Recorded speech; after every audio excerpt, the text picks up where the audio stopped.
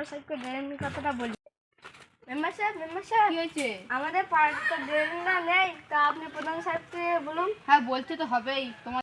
চলো তাহলে প্রধান সাহেবের কাছে বলে আসি। চলো। না তোমরা না গেলে হচ্ছে দেবে না। আমি শুধু বলছি তো, দেখছি না। আমি একসাথে বলে আসি একটু। তো গ্রামে পাকা রাস্তাটা দিল না, চ মেম্বার সাহেবকে বলি। চ বলে আসি। বাহ, ধান তো ফাইন হয়েছে। যাক, ফাইন ফসল আছে, অনেক দামে বিক্রি হবে না। মেম্বার সাহেব কে বলছে?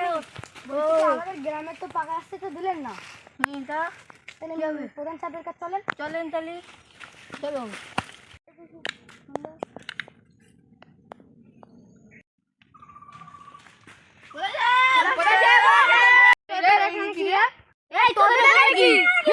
পাকা ড্রেন সেটাইছি। আমরা পাকা রাস্তা যেতে এসেছি।